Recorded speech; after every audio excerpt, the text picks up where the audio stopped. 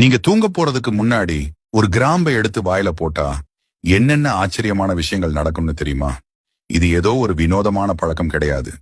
இது பல நூற்றாண்டுகளா ஆயுர்வேத மருத்துவத்துல பயன்படுத்தப்படுற ஒரு பழமையான முறை. இதோட நோக்கம் நல்ல தூக்கம், செரிமானம் மற்றும் வாய் ஆரோக்கியத்தை மேம்படுத்துறது. இன்னைக்கு ராத்திரி இதை முயற்சி பண்ணி பாருங்க. காலையில எழுந்ததும் எப்படி உணர்ந்தீங்கன்னு கமெண்ட்ல சொல்லுங்க.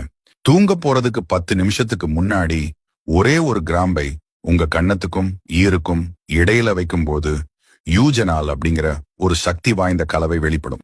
இது உங்க வாயிலையும் குடல்லையும் இருக்கிற தீங்கு விளைவிக்கிற பாக்டீரியாவை அழிக்கும். இது மெலடோனின் உற்பத்தியையும் தூண்டும். மெலடோனின் தான் உங்க தூக்கத்துக்கான ஹார்மோன். அதனால நீங்க ரொம்ப நிம்மதியா உணர்வீங்க, ஆழமான தூக்கத்தையும் பெறுவீங்க.